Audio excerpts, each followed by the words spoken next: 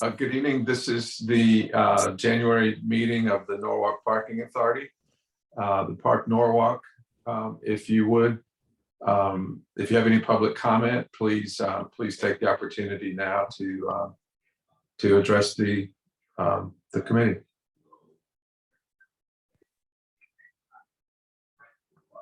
So Darlene, you don't see anybody, right?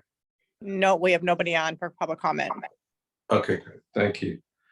So then the first order of business would be the previous meeting minutes. Does anybody have comments?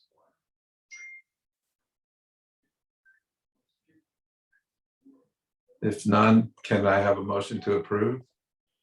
So moved. Thank you, Matt. And a second? I'll second it. Thank you, Pam. All in favor? Aye. Aye. So that carries. I was looking for the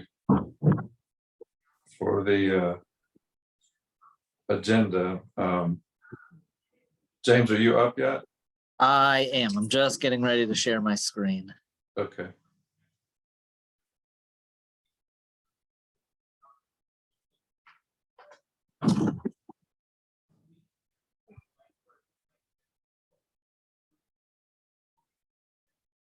All right. And you guys, is the agenda up? Can you see it? Not yet. Let me refresh. There it is.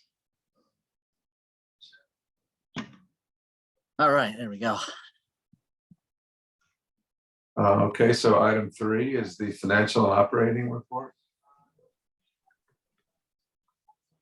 Hi, everybody. Rocky's going to be driving the ship tonight.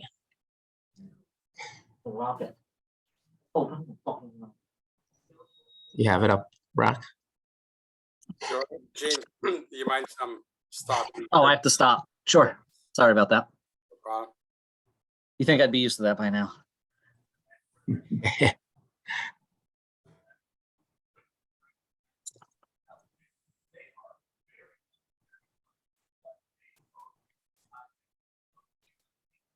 Okay, so we're halfway through the year, through the fiscal year, and the performance this month has been very favorable. From a budget perspective, for the month, we are favorable to budget and year to date, and pretty much, and you'll see on the following pages, because we've included the full line item financial statement.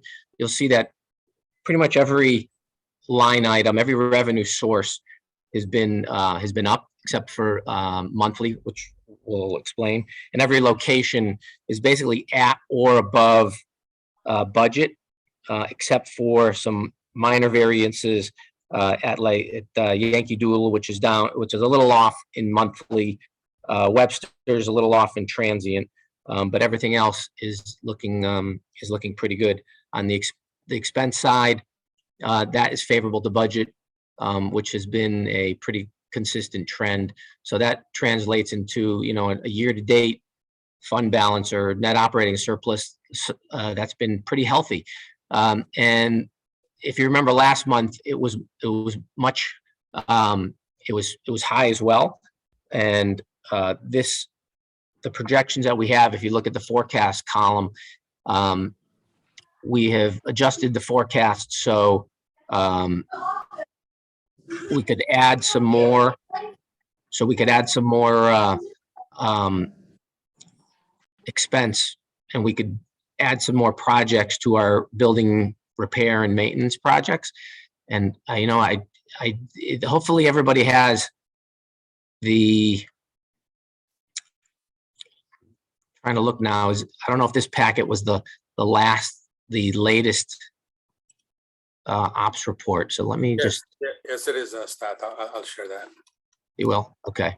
Maybe we should do that. Because I'm sorry, because when I first sent this to Maritza, we made some adjustments to it, but I realized that the very first summary financial statement, I forgot to update the forecast column. So So if you can bring that up, Rock, that would be good. And if you can bear with me, I'm going to do the same thing. Sorry about that.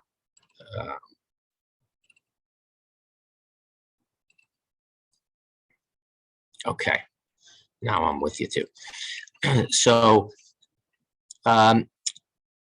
so on a month and year-to-date comparison, so from year-to-date, which has been pretty consistent, we've been revenue's been a little bit above last year, but pretty much stable.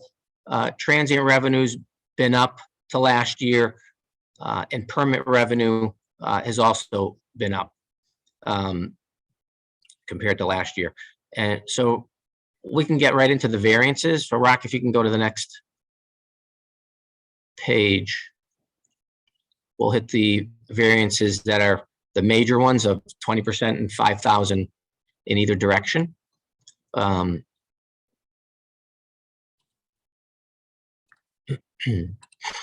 So the first one was on transient parking, which we talked about. That is mainly coming from the train station or the commuter facilities, and Maritime Garage did well as well. There's about, compared to last month, it's actually up as well. It was 176,000 last month, and we're at 197 this month. And the same thing with meter revenue. That has been over budget. We had a kind of an unusual spike in meter bag fees that came from the Wall Street area. And we have seen some increased demand continue in on-street parking, which is good. The parking violations, that is up from compared to budget. If a couple of those payments, there's a lag from when issuance happens and collections start. So if you remember, and when we get to the graphs, you'll see November there was a little spike in issuance, and because we have a pretty high windshield rate, collection rate, that seems to translate into higher revenue in the following month. So you'll see the spike in revenue, but you'll see ticket issuance being down. Duffy, before you go on, Judd has his hand raised. Oh, okay. Thanks, Yes. Jim. You mentioned the meter bags. Yes. What was that all about? Can you That tell us? was for, yeah, I'll let Rocky took care of all that. That was construction related. Rocky? That is correct. Judd, that is construction related, and mostly in the Uptown area. And when people reserve their spaces, we charge $25 per space, and that is mainly coming from the Uptown area. And that's 25 per day? 25 per space per day. Yes, that's reserved Okay. for construction. And that substantially boosted revenue. Is that what I understand? About 8,000 in revenue is coming from that meter. Wow. Okay. Okay. And So- there was some last minute surprise emergency work that had to be done by one of the fiber companies. So Uh-huh. they were in the Wall Street area and kind of the Midtown area on Orchard, and a couple on Wall Street. I'm not sure. Belden maybe was the other one. But there was a lot of construction going on last month, which certainly helped. Correct. Okay. So Thanks. Judd, I also think it's important to note, that, the revenue increase was pretty significant, and, so there was a big jump in with the meter bags, but we saw, transient use rise as well. So I think that, while we can't put a direct correlation to it, we did have two very large successful events that occurred to draw people into the areas. And, we did see a spike after those, heightening awareness of the businesses that are in town. So hopefully, I'd like to believe that our work went not unnoticed, and that it may have translated into more visits of people coming down into the city center to see the tree, to take a listen, the look at the facility, the lighting, and visit, maybe see a restaurant or something. But we did see a good jump in transient activity. Good. Yeah, no, I hadn't thought of that. That's a good point. I'm sure that had a lot to do with it. So, Yes. You know, sometimes you just need someone to remind you to, oh yeah, you know what? I haven't been there. Let me go see the tree and let me look at these things. So we had a lot of impressions on social media for the lighting. We had, you know, there were well-attended events and you know, we received a lot of positive feedback from it. So I'd like to believe that it translated into potential visits into the city centers. Well, and hope it continues. Yes, Okay. we all do, but but yeah, there was definitely a spike due to those events. There was a great turnout. I'm not sure the exact numbers, but I think anybody that was there will tell you it was packed. And also, Jim, you know, we haven't proved it yet, but you know, the improved signage in the uptown area might also have contributed to people, you know, increase the compliance in paying at the meters. So we'll track that and report back on that as well. Another good point. Yes, thank you. Yep. Stoppie, the Thanks. floor shows yours. Okay, thanks, Rock. And thanks, Jim, for that. So on the operating expense side, you know, overall, we're favorable to budget. Security services is favorable. That was because of a quarterly invoice for the camera system. And one of the things we'll look at for next year is how we budget some of these expenses, because some of them do get straight lined as part of these allocated expenses that we bundle together and then allocate out to locations. So we're gonna, you know, in the budget process, we're gonna improve that. So hopefully we'll have fewer items to report on in the variance report. Equipment expense is lower than we obviously budgeted. We had deferred expenses through COVID. This line item we used to charge new vehicles through because we have a fleet replacement plan that we had instituted several years ago. And basically every year we were replacing at least one vehicle. So we haven't done that for a couple of years. And that kind of leads into the next variance item, the vehicle expense one, where we did have a major repair to one of the older vehicles, the maintenance vehicles. So we are going to go through an analysis again of all the vehicles and the expenses related to each, and do an analysis of whether we can get back to the fleet, replacement program again. Because at some point, the expenses are going to be more than the cost of a new vehicle. And, if you factor in kind of the non-monetary unreliability piece to it too, we might be at the point where we're back enough where we have the funds to be able to do it. So at some point we may be asking for some approvals for that. So stop this. yeah. Just a question. So the vehicle that's being repaired is a 2011 and COVID was just a few years ago. So if we were replacing something every year, it would indicate to me that we weren't keeping up. So why is there even a vehicle from 2011 in our fleet? Well, I think Rocky might be able to answer that better, but I think it was still in pretty good shape at the time, and we extended its life. And also, Eric, when we implemented the fleet replacement, it was around 2018, and we were replacing one vehicle per year. So the older trucks that we had were more than 5 years old. But when we started the fleet replacement, so 18, 19, 20, we replaced about 3 vehicles, and the older vehicles stopped. Right, and the fleet replacement stopped in 2020. So okay, so I think that's sort of what I'm getting at is, one vehicle a year may not be enough if we're trying to avoid, these kinds of repairs. So if you said you're going to be doing an analysis, and if our fleet is aging in spite of us trying to update it, then we're not doing it fast enough.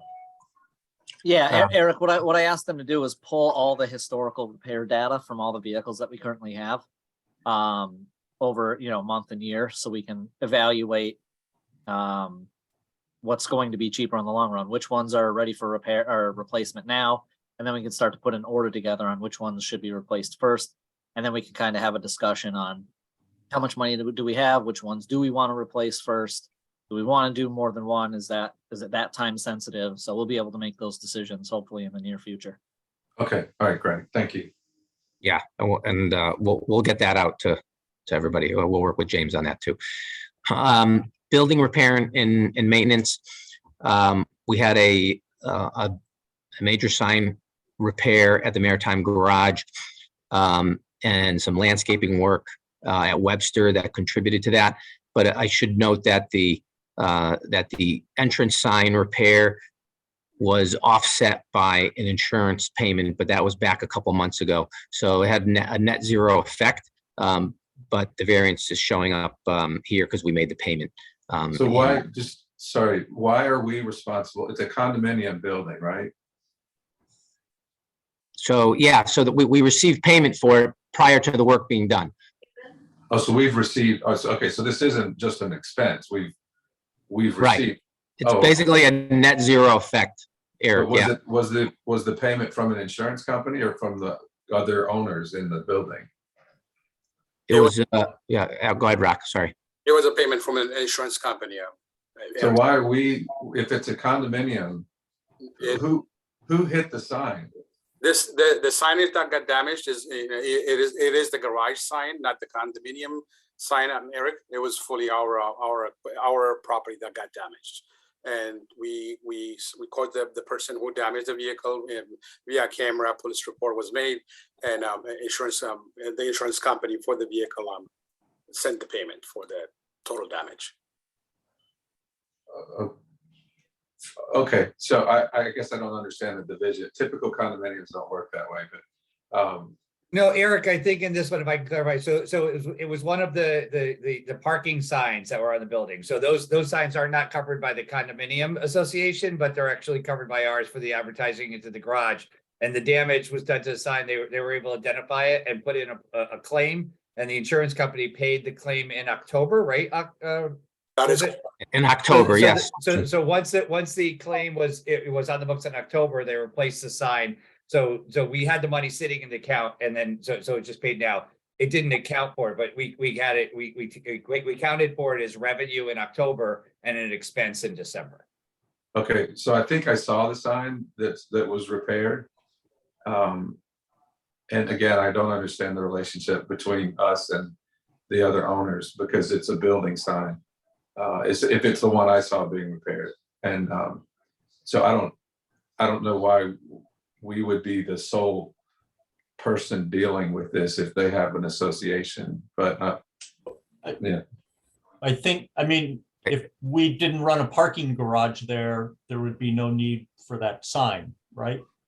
No, Right. it's the sign that goes over the entire entry to the garage. If it's the one on Marshall Street that I saw being repaired. And somebody too tall ran into it, if it's that sign, and it had to be repaired. So, again, I don't, it doesn't sound like our insurance paid it out. But it does lead me to wonder, what is our relationship with the condominium? Because we share other things, and Well, that sign is the responsibility of the garage is a condominium unit. So we are a member of the condo association. So that part is just our responsibility, and it was just paid by third parties insurance. how clear is it in the bylaws for that arrangement of who's responsible for what? I mean, we can look it up, and get that out to you. I'm not sure offhand, but Stasi, I think we'd all be interested to see the condo declaration and a map showing the limited common elements, et cetera. Yeah, because that's what it's getting to is, I mean, this one fortunately sounds like it's, not, it sounds like it's pretty clear, but, what are all the other items that are common elements that right. might not be so clear? Yeah, okay. And who pays, just unrelatedly, who pays for all the flower pots around outside? Because it's the only garage, I think it's the only garage that has all these flower pots. for the flower pots around the garage, and Eric, we pay for them directly for that under 100%. Who does? The parking authority pays for it.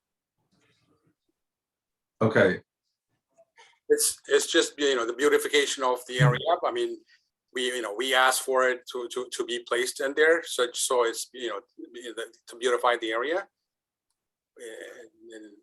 And it is, Eric, we do have flower pots at the Yankee Doodle garage and the bed areas in the Webster lot as well that the authority maintains. okay, all right. All right, sorry, thank you. No, no problem. And the other piece was Sorry. Lance, oh, sorry. That's okay, it's Jess. Eric, we actually have a meticulous landscaping contract that we brought over from the redevelopment agency. It was the redevelopment agency, David Shockley was overseeing it. And when we did the city restructure, David Shockley came over to Bill Ireland's department and we brought together the neighborhood improvement team. And we have a contract with Meticulous that's a 3-year contract with 2 one-year options, and the contract is in its first year. And they do a lot of the urban core landscaping, including those really large flower pots that are over by the Bowtie Cinema on North Main Street. Yeah. And they do the holiday decorations, the holiday baskets, the spring baskets, and they do things like the MLK medians, Klondike Park, the art park on West Avenue, and so on and so forth. So I don't know if there's thoughts moving forward on how you guys want to handle some of the beautification, but we might be able to pick that up in the Meticulous landscaping contract if that's something you're interested in. Yeah, so who's their contract with? Is it with us, with Park Norwalk? No, actually, the Meticulous landscaping contract is with the city of Norwalk. Originally, it was with the redevelopment agency, and now it's with the city of Norwalk. Okay, so those pots are part of a larger effort that's funded by the city. Well, I'm wondering if there's a little bit of overlap. So I'm wondering if maybe the Norwalk Parking Authority is paying for the urns and the flowers that are outside of the garages, and that the Meticulous is paying for those urns that are not outside of the garages. So I'm wondering if makes sense to do some consolidation. Yeah, because the reason I'm asking is, it says we spent $5,000 at the Webster lot on landscaping. But if there's a larger agreement in place, what's the difference? So yeah, I mean, it sounds like a little sorting out is all it needs. Yeah, and I think from the standpoint of me speaking, I think just from a city standpoint, we're happy to talk with you guys about what the $5,000 includes to see if we could get it potentially added into an existing contract at a lower value. So Jess, I might be able to clarify that too. The 5,000 was related to the holiday extravaganza. Oh, okay. So that wasn't the normal, normal beautification. Okay. We were Okay. inviting people down into our property, so we spooked it up before everybody came. So Yeah, no, it's great. I mean, I'm not, it just, if there's a larger agreement and we're spending money on top of it for something, it makes sense, what happened here. But if we're spending money on top of the agreement, then it sounds like either the scope of the larger agreement might need to be increased so that we don't then spend additional money on top of it. But this is unique, and it makes sense that it wasn't anticipated.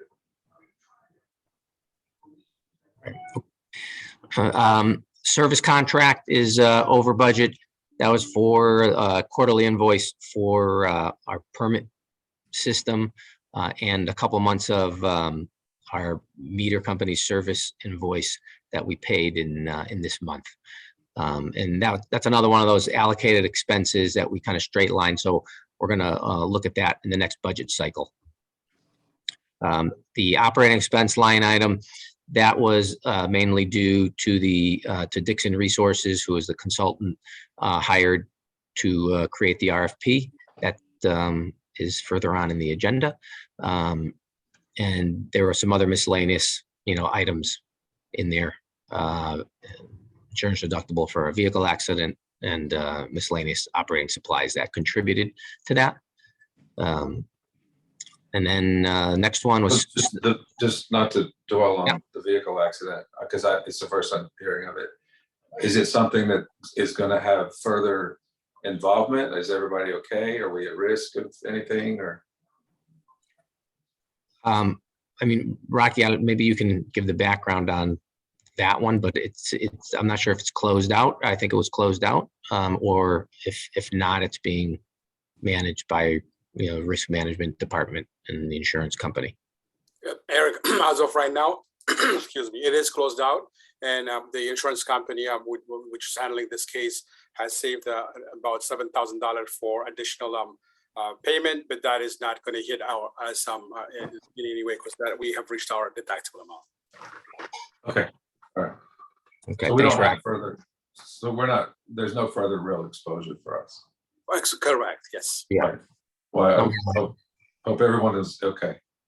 Yeah, no more liability on that one then. Thanks, Rocky. Snow removal, I think self-explanatory. We really didn't have much snow, but we did have an application that was that cost. Permit and violation management was under budget, and that was, credit to Rocky for reviewing these invoices and going through them and catching something that we got a credit for from our vendor. So Rocky was good at disputing that and correcting it. Thank you, Rocky.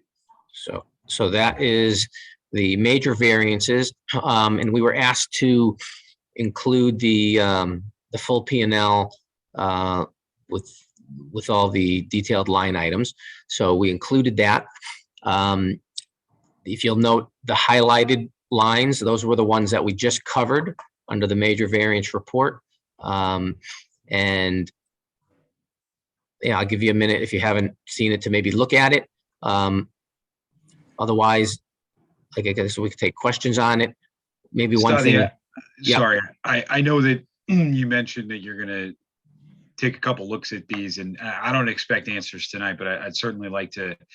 I'd like you to take a look at some of your forecast lines, especially repairs and maintenance. My concern is, you're forecasting double the budget. I'm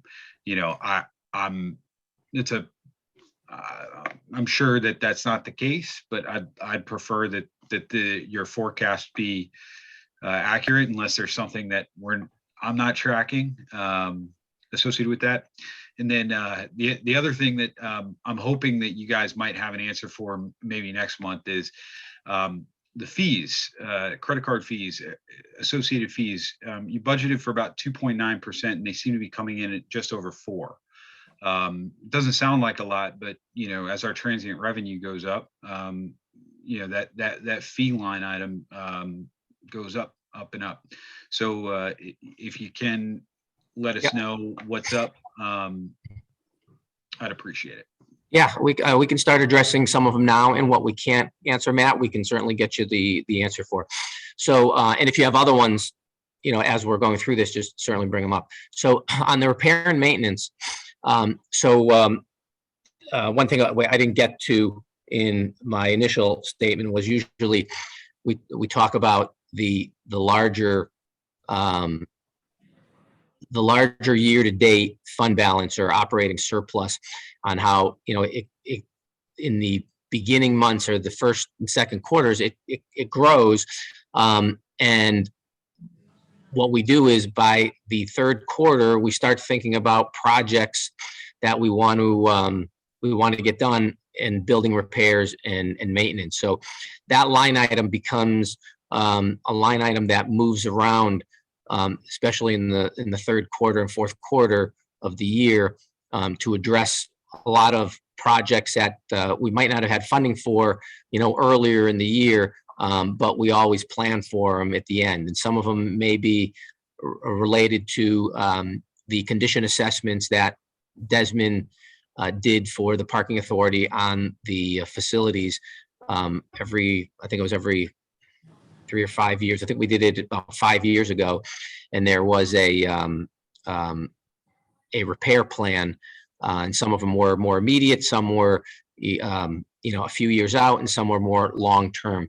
So that has been kind of the catch-all for the surplus. So it's not a mistake. Usually pre-COVID, this line item always used to have at least 500,000 in expense in it. And that got adjusted as, accordingly as performance improved. So in, one of the years, I remember it being almost about $1 million. And we were able to do some major repairs to like the Haviland deck or Yankee Doodle or wherever. I think even in Maritime, we may have done something, and we were able to pay for it right out of operations. So the projected surplus will allow us to do some work in the facilities. Like, for example, the Maritime Garage, we have some leaks coming. So from the roof, there's the tunnel at Haviland that we might tackle. So those things I think will be kind of worked out when Desmond comes back and does a continued condition assessment. So we'll sit together with James and Jim and I'm sure you guys will be deciding on some of that in the future. So that's the building repair and maintenance. Does that answer? So just again, you mentioned a roof at the Maritime Garage. So the only roof I know of is over the condominiums. So what I mean is the rooftop parking deck. So water is coming through the joints and we're having that looked at. Okay, all right. So the line there on the contingency fund, when there's revenue, like in the snow removal, there's unused money in that line. Where does that money go? The contingency line. I don't know that we. No, in the snow removal line where there was unused budgeted money. Oh, it just drops right to your bottom line. Okay, so. To the fund balance. Yeah, it just Okay. drops the fund balance. and net operation. What's the difference between a fund balance and a contingency fund? Well, the fund balance is your net operating surplus, and your contingency is to cover some unexpected, miscellaneous items that maybe aren't covered in another line item, and you want to apply it there. That line item was added, I don't know how many years ago. I don't remember ever really having to use it for anything. So that might be something maybe in the budget process we look at, and if we don't think we need it and, the board doesn't think you need it, we can remove it. Yeah, because if money's just sitting there, that could be, better, that could serve some good somewhere. I can't tell from I'm looking at all this on my phone. So, it looks like there's a balance of, well, I can't tell if there's a balance or not, but it might be 50. Yeah, we have the budget. The annual budget was 50,000. We haven't used any of it. The year-to-date budget is, half that's 25, and there was zero actual expense charged to it. So maybe Jim and James, maybe that's worth looking at, because if we have the other fund, then it seems redundant to me.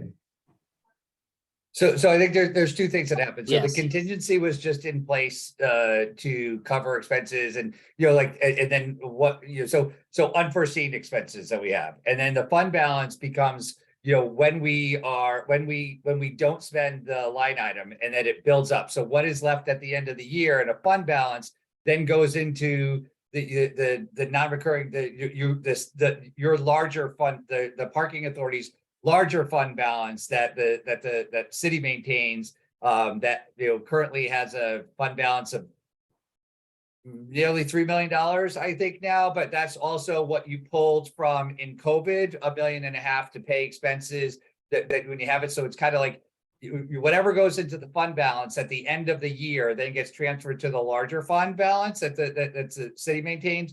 That would be, security to pay off your long-term debt. That would be, when we had times of COVID and you needed money to run operating, you pulled down from that fund balance to pay the operating, the continue, but also like if we are, looking at, larger projects that may take place that are ramping up, we kind of, additionally save some funding there, and then, at the end of the year, the third quarter, we're Stephanie was talking about, could take on, potentially funding a larger project. Okay, so right now, is there money in that line in the contingency fund or not? So, right, so the contingency fund budget was budgeted for $50,000 for the year, and we haven't used any contingency funds, right? So that's still there. In addition to that, there's $384,000 that's in the fund balance. So that's your surplus that we've been running year to date. Okay. All right, thank you. I guess in your private sector world, Eric, that, the fund balance is basically your net operating income, your profit from operations. Judd has Okay. politely Judd had has his a hand raised for a while. Yeah, thank you. Hey, Steph, all these cost categories and income categories, is that a export out of an accounting program? And do they have a cost code number to them? Like in my business, my P&L, every category has a number. If it doesn't, if this is just an Excel document, all manually produced, could you just put numbers down it? So like when Matt says, is talking about the credit card fees and things like that, he could say it's line number Oh, sure. 46 or something like that. Yeah, Instead of me so- spending, 3 minutes looking up and down for it. So Sure, yeah, so those GL codes, we can insert a line there. This actually is an Excel spreadsheet, but it does come from our system report, so just export it. So whatever's easier for you. If the numbers export out easy, do that. Yeah. You just want to put a column in there with 1, 2, 3, 4, 5, so we can reference those numbers. That would be yeah, we can do whatever you want. Either we can just create just a line number, or we can put the GL code number if you want. I mean, I can talk to James and Rocky offline, and whatever seems to be easier, Yep. some way for you to identify it. I get it. Yes. Yep. Great. Thank you. Add line ID numbers. Okay. Matt, you had another question that was on, the bank and credit card fees. The revenue is over budget. I just think we under budgeted this line item. Of course, there's a direct correlation between, that expense and revenue. But I think we may have just missed the mark on, on the percentage. Because it does depend, on credit card fees, as you probably know. It does depend on sometimes the type of card that's used. A loyalty card versus a debit card will be charged differently. So, yeah, but you're right. It's about 4.7% of revenue is what we're seeing now. Yeah, my expectation is that the percentage would stay the same, right? It would just, the volume would go up and down.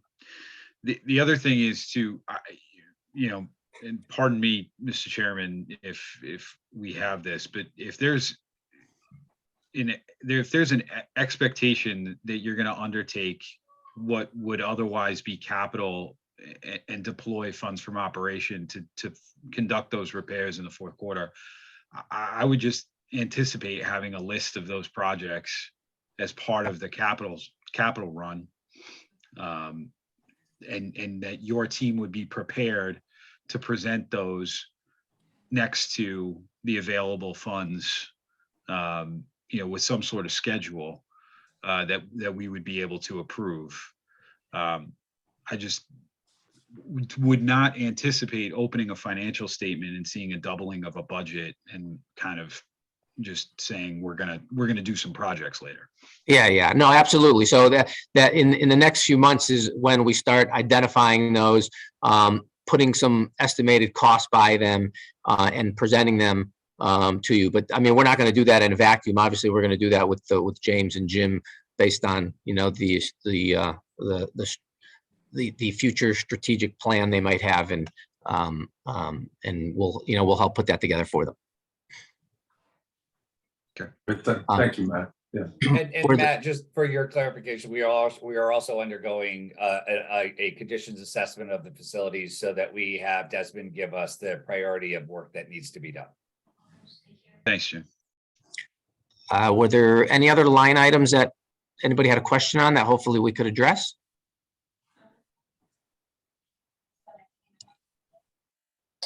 I think we're good. Okay, then let's see. Moving on, the COVID impact, system revenue is almost 10% below pre-COVID levels still, and expenses are also below pre-COVID levels. This is, we're dubbing this report the Emory report now. Since Judd has his report, this is the Emory report now.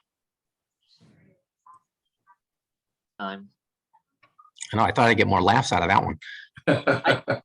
I did make a comment, but I was muted, so my apologies. What I meant to I'm say not is that's how laughing. you know I'm when not- you've made it to the big time. Yeah, you made it to the big time.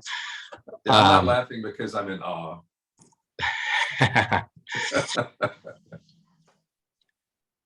So moving on to system-wide activity, we did talk about how that's been improving since last month.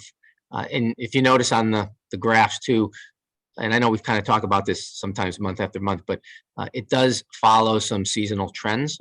So that's usually, a good sign, no unusual spikes. So if we could just go back, I'm sorry. So system-wide, we're 9.9% below pre-COVID numbers. And so that includes whatever's happening with current ridership and permits and all that sort of thing. Right. I mean, it's not that That's- bad. No, it's actually a little over 7%. Yeah. No, it's not. You're right. So, And- okay, all right, thank you. Yep, and you can see the corresponding, revenue to that down below.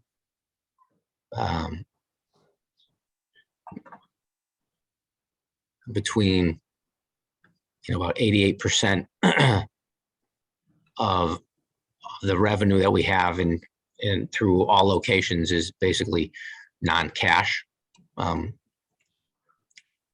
which is good. Permits, won't dwell on this one. It's relatively stable, still, below pre-COVID levels, but Stoppy, could you just go back to the screen I just want the board just to see.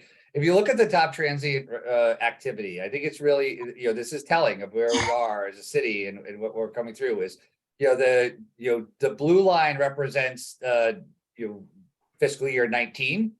And if you look on top of the blue line is almost, verbatim of what we're seeing, in the current year. We've recovered an awful lot of the transient activity. So I think it's to your point earlier, Eric, it's not looking bad. It's like we're looking pretty good. The transient activity is maintaining pretty well. So there's some good news to be had in the midst of all this other craziness of it. Yeah, this is great news. Yeah. yeah, and I think that's translating right into your fund balance, and that'll, gives you the opportunity to kind of reinvest it back into the system, which, a lot of systems don't have that luxury. So permits, I was just saying how that's been, relatively stable, but still, below pre-COVID levels. On street, to Jim's point, is actually, better than pre-COVID levels for the month. That's up there. And we're seeing a lot of that really coming from the leisure activity side. Restaurants, bars. Enforcement, excuse me. You can see the kind of inverse relation between, the issuance and revenue, or not a relation, but I mean the lag, because you could see citation issuance that dropped in December, yet the December revenue was higher than November.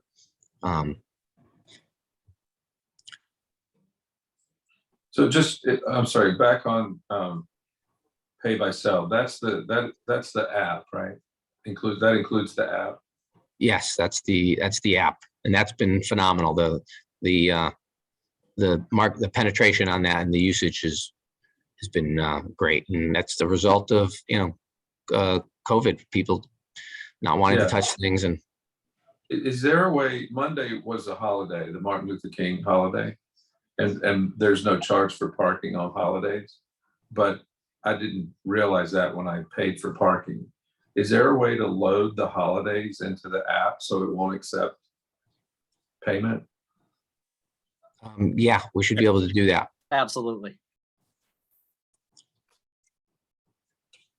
Maybe load in holidays for the year, and Yeah, so if somebody hit it, say free parking or something like that. yeah. Compliments of Park Norwalk. Compliments of Norwalk Parking Authority, Park Norwalk. Moving down to the Judd report.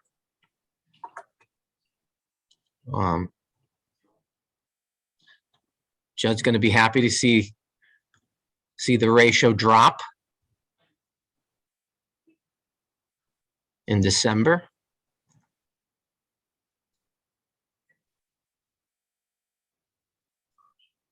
I don't know if there's any hope it- questions. So I think Rocky alluded to this earlier a little bit when talking about the revenue side. We are doing the 3-month trial period with the new signage standardization in the Wall Street area.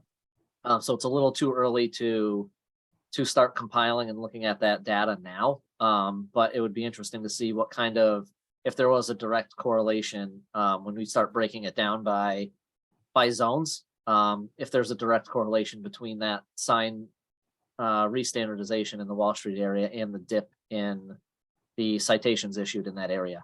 So it's still a little early to pull that data now, but I believe we'll be able to start talking about those trends and the success of this trial at the next parking authority meeting. I also want to add, I requested earlier this week that we get this report, but street by street, more or less, or so we can see where the problem streets are and in terms of ticketing and things like that. So I'm hoping we'll see that next month, right? Yes, Judd. Yeah, I'm sorry we couldn't get it in for this month, Yeah. but it'll be a standard insert into the ops report. Because I think that'll be really valuable. You'll be able to see if the new signage is really having an impact on the uptown area. And assuming you replace the signage somewhere else, you'll be able to see how that affects ticketing too. So. So yeah, we'll insert it right after your report, Okay. right before the last page here. And pay by cell, I'm not sure that much more needs to be said about that, but that again has been a very successful program, and it's only getting better. The usage is going up. And that was the end of our report. Rocky, do you have anything to add on anything else that we're doing? No, you got it all, Stat. Thank you. Okay. And if there's no other questions, that completes my report and Rocky's report. Great, thank you, Stati. So the engineering report is, unless there's anything further, the engineering report.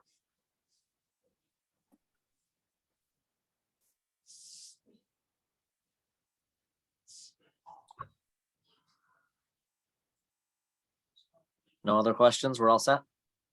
Yeah, oh yeah, sorry, yeah, Okay. I think so. Okay, perfect. So next on the agenda is the concession area build out at the South Norwalk Railroad Station. So they have begun construction. They've got the area blocked off. There is no time frame yet on on when they think the construction will be completed. That will come as they start demolition on the eastbound side, because there's part of that wall is load bearing, so they have to do some support underneath before they start taking that wall down. And there's a little bit of a concern with one of the beams up top and how much work that's going to be. So they were a little uncomfortable quoting me a timeline. He did say they don't think it's not months and months that we're talking about here. It is a fairly straightforward job, but again, at the next parking authority meeting, I should have a much more exact timeline on the completion of that project. Jim and I stopped down at the station today to take a look at it, and it looks great. You know, they're moving along. I think being able to consolidate the concessions in one area is going to be able to not only just make it a little more comfortable and cohesive for the people looking for those concessions, but it's actually going to open up some of the other areas in the station where the vending machines were and allow us to kind of do some other things in that area, whether that's, you know, more seating or some sort of other amenity. You know, we haven't really gone down that path yet, but it'll provide us some more flexibility once those areas are open up. James, is this area just for vending machines, or do we have a concessionaire going in there, so to speak? Or So this area is strictly for vending machines, both of them. The eastbound section will actually allow us to provide a customer service booth over there as well. So when they move the wall back so we can inset the vending machines, they're moving the door over. They're actually going to provide a new door and counter there where we can have a manned customer service booth to help on that eastbound side where we currently don't have any consistently staffed members over there. and would that be, how often would that be staffed? So that's something we haven't decided yet. I think we want to get another handle on ridership numbers and how often that side of the tracks are being used. We just want to look at the data and kind of have a better understanding of when are the most people going through there, so we can start looking at, and obviously budget. We want to check the budget and see if we have the means to staff it properly. Okay, It's a little early in the process to right. make that decision. We figured if we were doing the work, we wanted to be able to have that option at the ready. You know, and it's simple things like the bathroom facilities, right? You know, because they you guys scaled back for COVID purposes, which makes perfect sense. The bathrooms on the side of that that side of the tracks actually stay closed and need to be opened by an employee. So we want to make sure that we're able to provide that amenity for the riders and the users of the train station. And right now it's much more difficult to do that.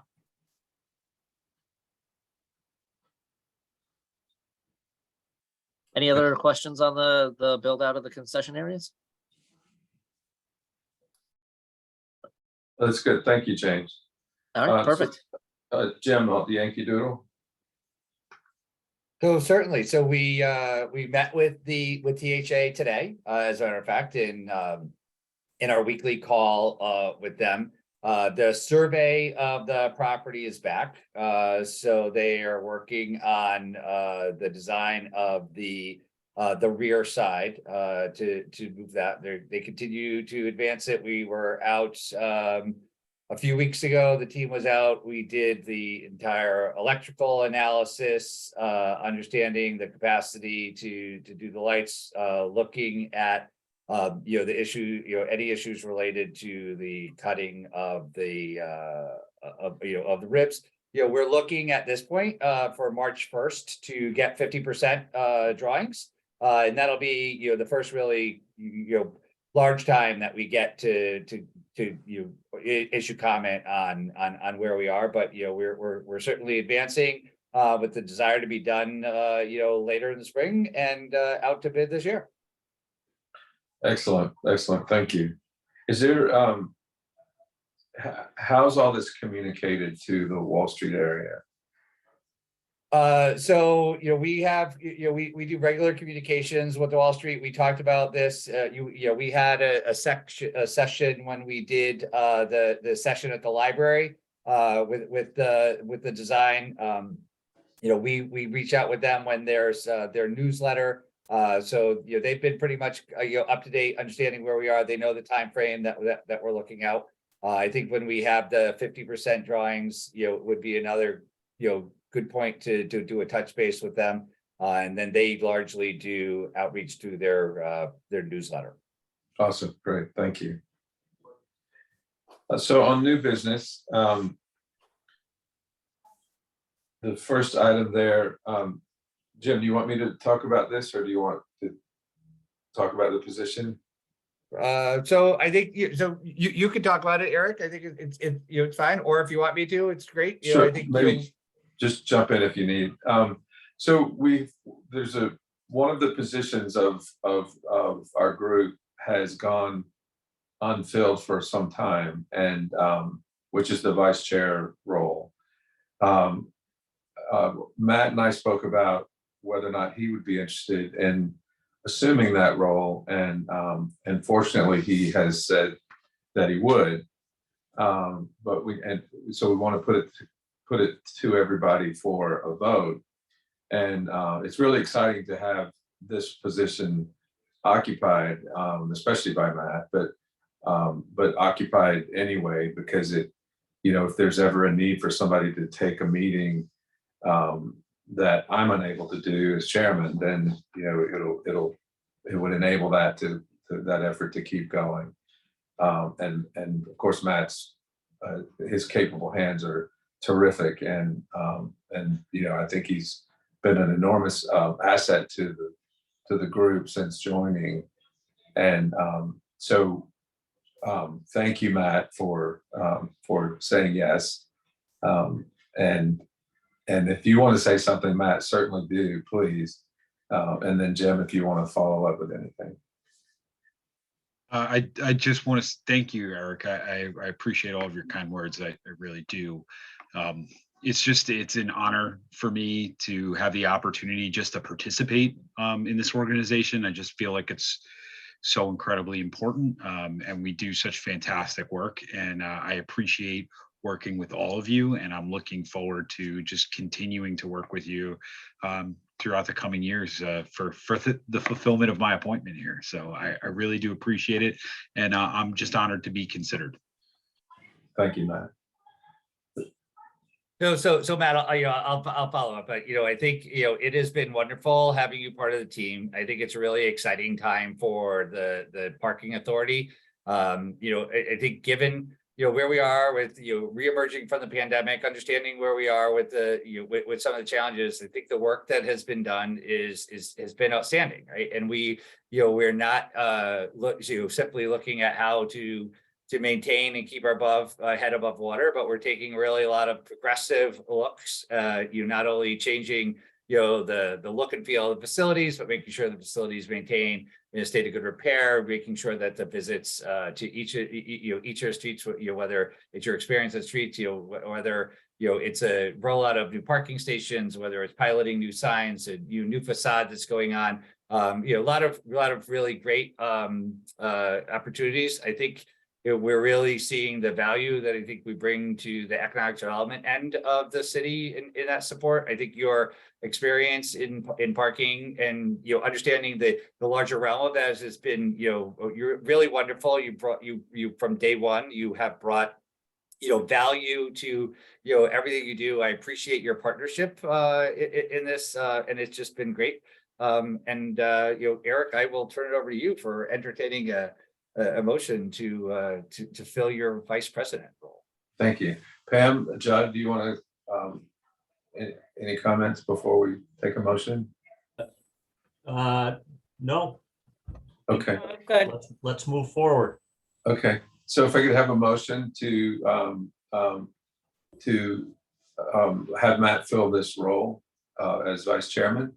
Yeah, I'll make a motion to nominate Matt Seebeck as vice chair of the Norwalk Parking Authority, Park Norwalk. Thank you. I'll second it. Thank you, Pam. So all in favor? Aye. Excellent. Thank you. And thanks again, Matt. This is good. Thank you very much. Thank you all. And Matt, not just this term, your second term also. Remember that. Sounds good. You're gonna get it ahead of time. You're never leaving. Yeah. Oh, that's a detail we forgot to mention. It comes with a 5-year extension. Too late now. Okay, so then the commercial space, the tenant selection. Yes, so we have had a surprising amount of interest in this space, which is wonderful, right? We have, using our leasing agent, we've narrowed it down to a handful. I do have discuss and vote on there. I apologize, we are not ready to vote. So that was a typo, so I do apologize for that. But we will have some updates for you guys pretty quickly here. So we've got, a handful of small businesses who'd like to, kind of start up and get their feet wet, some with a little bit of experience in this field, and with some very creative options that I think are going to benefit not just the commuters, but even, people in the surrounding areas as a whole. So that's really, really exciting. We were originally going to come here and bring you kind of a bigger presentation, but we wanted to kind of involve the economic and community development to see what kind of partnership we can do to kind of help facilitate these small businesses and provide support to them, especially depending on who we move forward with. I think that could go a long way with the success of whoever we decide to put there. Because as you guys know, the long-term success of this is extremely important. It provides wonderful amenities to the riders, and we want, as far as I'm concerned, I'd like to have the best, shiniest, most wonderful train station on the line. And I think this will go a long way to help get to that point. We have a lot of amenities already, but we don't want that space to be empty. It just doesn't look as good, and we want to make sure that we can provide the best options for those riders that we can. Yes, Mr. Vice Chair. Thank you, James. James, do you anticipate having more detail for us between now and our next scheduled meeting? Absolutely. Yes. So if I may, Mr. Chairman, I'd like to make a motion to schedule, or at least plan to schedule, an executive committee or a closed session between now and our next scheduled meeting for the purpose of reviewing any lease details which James or the team brings forward. I would agree. I don't think we need to vote on that, but yes, if we do, Jim, do we need to vote on that, or just to say that? So for a special meeting, yeah, so if you want to, I think it would be easier to coordinate a special meeting, now, and then you'll vote for a special meeting. We'll post that special meeting, and and Matt, to your issue, we're working at finalizing the packet to put together to show you, all of the interest, and then come forth with what the staff recommendation is. We just wanted to make sure that we were able to package that up and tie it with a nice little bow for you. I think there's also value in what we've done with moving the lease negotiations out to a property manager versus trying to do it in-house. And I think the proof is in the pudding here, when we're going to have a number of interest in there. We're really getting someone out in the community working it and understanding. So I think this is the first time that we're really able to present multiple opportunities of filling the retail space, and we're working through what that last part of the negotiation might look like. So we'll have that done. So I believe that if we could schedule something, let's say in 2 weeks, we should be able to have everything packaged up and sent to you in advance of that special meeting. So can we just agree that in about 2 weeks, and then do all the coordination tomorrow on the exact date? Okay, so James, if you can coordinate with each of the members tomorrow, Absolutely. we will schedule a special meeting in 2 weeks, and we'll make sure the notification is made ahead of time. And Matt, Okay, to great. your point, you will have everything in advance of that meeting so that you have time to review before we get together. Thanks, Jim. James, it says westbound. Where exactly is this space? This is the OBKO coffee shop that used to be there. Oh, okay. Okay. Yeah, when they decided not to renew their lease in October. Oh, Um, okay, good. I had the impression that area was being converted for the vending machines, but. No, it's actually, it's the opposite side of where that is now, Right. where the Metro North break area was. So this is, we'd have a live people in there manning a coffee shop or something again. Yes, Yes. Great. I agree. Okay, And the vending Right. machines will take place at, where the old windows were for Metro North. Metro North stated that they would not have anyone staff that facility any longer. And rather than having closed windows, be the viewpoint, we thought this would be a perfect opportunity to make it look like it's an intentional home for vending machines. Yeah, no, it's a good combination of the two. Yep, and then we'll have something on both sides. So it'll be, I think we're adding a lot of value to the users. so just a broader question. Who owns the train station? We do, The city or the? yes. Yes. Okay. All right, excellent. So if there's nothing further on that, then we'll plan to meet in a couple of weeks and we'll nail down the date and time tomorrow or later this week. So James, on the parking, the proposal for the parking operator. So we are at the tail end just before the release of the RFP. We are dotting the i's and crossing the t's. In fact, that's what I will be working on as soon as we're done here. Through probably a little too late, and then all through the morning tomorrow to get that back to the consultant to finalize, and then hopefully we have a release within the next few days. That's really, for this is public forum, and to make sure that we stay true to the integrity of the process. I don't want to go into too many details until that RFP is released, but I just wanted to give you guys an update on where we are in the process. So we still are on schedule. There's no issue there, and we don't anticipate having any scheduling issues moving forward throughout the entire process. Would you share the RFP with everybody? Yes, once the RFP is released, yeah, it'll be available for everybody. Yeah, No, 'cause we'll release it to you at a time. Let's get the final edits done, and we wanted to get all final edits before it's in your hands. that's perfect. The only reason I ask is just, I'm sure there are dates and schedules that we would want to be aware of, deadlines and things that are going to be built into it. Absolutely. Okay, excellent. If there's nothing else, then we can have a motion to adjourn. Does anybody have anything else you want to add? Congratulations, Matt. I'll throw that one in Yes. there. Yes, you. definitely. Okay, so then let's have a motion to adjourn. So moved. Thank you, Matt. Second. Second.